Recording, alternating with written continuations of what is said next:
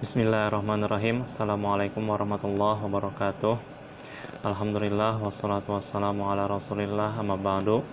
Langsung saja di pertemuan kedua kali ini untuk mata kuliah usul fikih, saya akan menjelaskan mengenai konsep al-hakim atau bahasa lainnya yaitu pembuat hukum ya.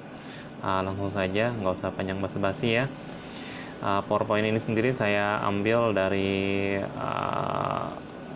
nama kampusnya. Nanti linknya saya kasih lah di bawah ya. Deskripsi Al-Hakim. Al-Hakim adalah sumber yang berhak mengeluarkan hukum tentang perbuatan manusia dan hukum benda ya.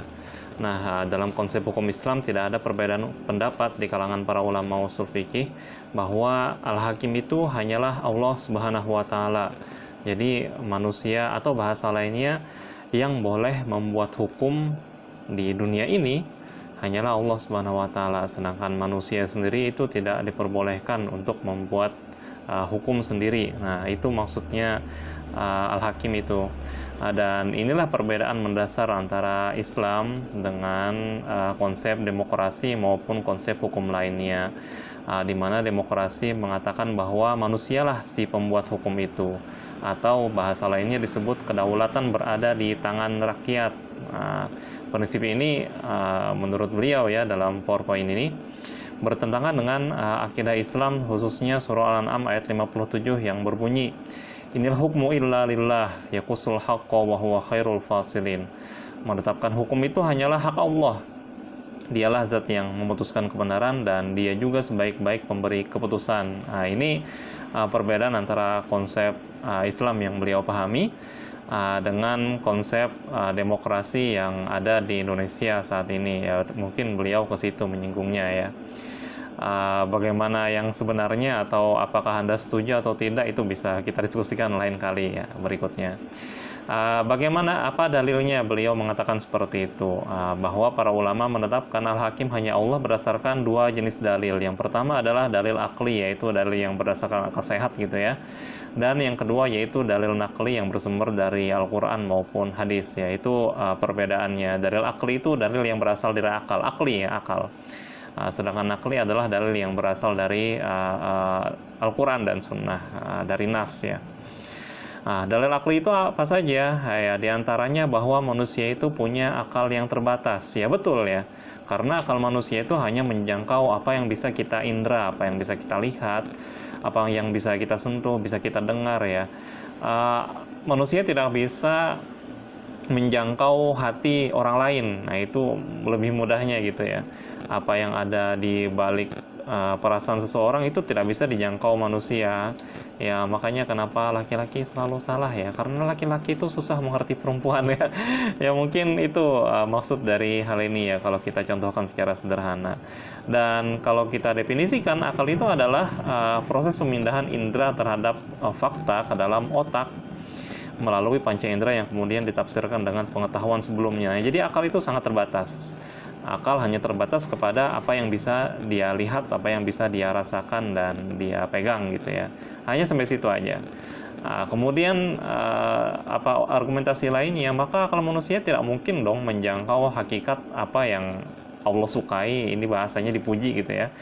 Akal manusia tidak akan bisa menjangkau apa yang sebenarnya disukai oleh Allah dan apa yang dibenci oleh Allah gitu ya. Akal misalnya tidak bisa menjangkau atau tidak bisa memahami kenapa kok sholat, puasa, dan bagi hasil itu disukai oleh Allah gitu ya. Itu manusia nggak sampai gitu loh akalnya. Sholat yang kita kerjakan kenapa kok harus 5 waktu gitu ya, kenapa harus 4 rakaat, kenapa gerakannya harus diawali takbiratul ihram, diakhiri dengan salam dan seterusnya. Itu akal kita nggak bisa melogikakan gitu ya, kenapa kok sholat itu harus seperti itu. Begitu juga puasa, akal kita tidak bisa menjangkau makna dibalik kenapa kok puasa itu harus sejak pagi gitu ya, sejak sahur sampai kemudian buka puasa di sore harinya. Kenapa kok puasa itu nggak sampai zuhur aja gitu ya? Kenapa kok puasa itu hanya di bulan Ramadan dan seterusnya? Akal kita itu nggak bisa menjangkau hal seperti itu. Kalau tidak ada disampaikan dalam Al-Quran dan Sunnah, kita nggak akan bisa memikirkannya. Sebaliknya, akal juga tidak bisa menjangkau, tidak bisa memahami kenapa kok zina itu dilarang, kenapa kok riba itu nggak boleh gitu ya. Maksudnya seperti ini, kita pahamnya riba itu kan sesuatu yang bertambah gitu ya, ada hutang, ada pertambahan. Logika manusia mengatakan bahwa ketika saya memberikan hutang kepada si A gitu ya, uang yang seharusnya bisa saya kembangkan gitu ya, itu nggak akan bisa berkembang karena uangnya di tangan si A gitu kan ya. Oleh karena itu sangat wajar kalau saya sebagai orang yang memberi hutang membebankan bunga terhadap si A tadi. Kenapa? Karena saya kehilangan kesempatan gitu ya, kehilangan kesempatan mendapatkan uang dari uang yang saya pinjamkan tadi. Akal manusia mengatakan riba itu boleh gitu ya, tapi ya itu kita nggak bisa menjangkau bahwa ternyata riba itu dilarang oleh agama. Kenapa kok dilarang, padahal secara akal gitu ya, secara logika itu memang bisa dibenarkan. Nah, seperti itu maksudnya. Jadi apa yang disukai Allah dan apa yang dibenci oleh Allah itu hanya bisa kita ketahui lewat wahyu. Kita mengetahui bahwa sholat itu disukai oleh Allah karena wahyu mengatakan demikian, aqimus sholah wa atuz zakah gitu ya. Begitu juga kita mengetahui bahwa riba itu tidak disukai oleh Allah karena juga dari wahyu juga, dari Al-Quran, wa ahallallahu al-bai'a wa harrama riba, dan berbagai macam ayat lainnya yang mengatakan bahwa riba itu sesuatu yang dilarang oleh Allah, dan akal kita secara langsung tidak bisa mencapai apa yang diinginkan oleh Allah itu. Berikutnya adalah nakli, Kak. Kalau dalam nakli ini ya banyak sekali ya, bahwa nas Al-Quran dan Sunnah mewajibkan manusia itu berhukum hanya dengan hukum Allah, atau ada juga dalil yang mengharamkan manusia untuk berhukum dengan selain dari hukum Allah. Misalnya surah An-Nisa ayat 59, ya ayyuhallazina amanu atti'ullaha wa atti'ur rasul wa ulil amri minkum. Wahai orang yang beriman, taatlah kepada Allah, taatlah kepada Rasul, dan juga taatlah kepada pemimpinmu. Fa in tanaza'tum fi syai'in farudduhu ila Allahi wa Rasul. Nah, kalau kamu berselisih dalam suatu hal gitu ya, kembalikanlah kepada Allah dan Rasul. Kalau Anda benar-benar beriman kepada Allah, kepada hari akhir, dan itu adalah yang paling utama dan lebih baik gitu ya. Nah, ini adalah secara langsung mengatakan bahwa hukum itu Allah dan Rasul, seperti itu ya. Kemudian berikutnya dalam surah An-Nisa ayat 65, fala wa rabbika la yu'minuna hatta yuhaqqimuka fima syajara bainahum. Demi Allah gitu ya, bahwa kita itu tidak akan beriman, dianggap tidak beriman di mata Allah sampai kita itu menjadikan Allah atau Rasul dan Rasulnya sebagai hakim atau sebagai pembuat hukum gitu ya. Lanjut surah An-Nur ayat 63, falyahdzaril ladzina yukhalifuna an amrihi an tusibahum fitnatun aw yusibahum adzabun alim. Nah, hendaklah orang-orang yang menyalahi perintah Rasul dan perintah Allah secara tidak langsung ya, takut akan ditimpa cobaan atau timpa azab yang pedih. Ada berbagai macam lagi gitu ya, ayat-ayat dan hadis-hadis yang mengatakan bahwa kita itu harus mengikuti hukum Allah dan mengikuti hukum Rasul.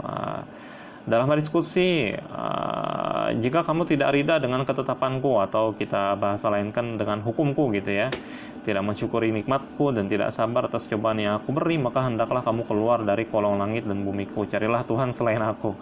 Ya, ini hadis qudsi ya, bahwa Allah menyatakan demikian. Kalau kita tidak mau gitu ya mengikuti hukum-hukum Allah, tidak mau bersyukur dan tidak sabar atas cobaan yang Allah berikan, ya mending kita keluar aja dari bumi yang Allah ciptakan ini, cari bumi yang lain dan cari Tuhan yang lain. Itu mungkin pengertian mudahnya dari hadis qudsi ini.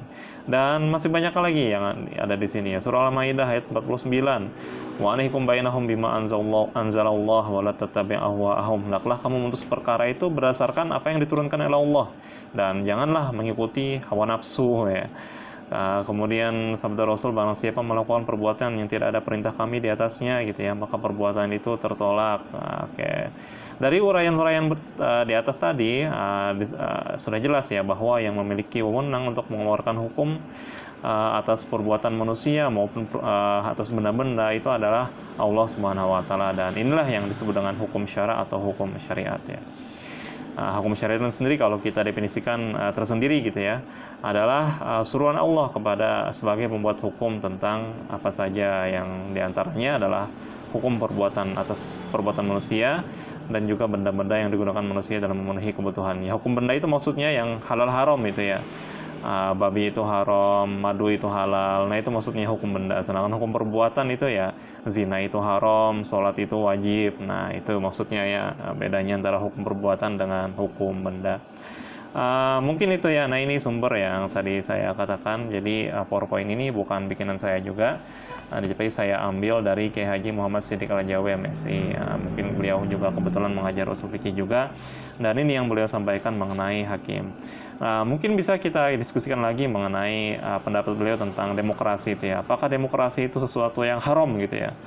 Apakah kita membuat atau mengatur hukum untuk diri kita sendiri itu tidak boleh gitu ya, dan sebagainya, itu bisa kita diskusikan berikutnya.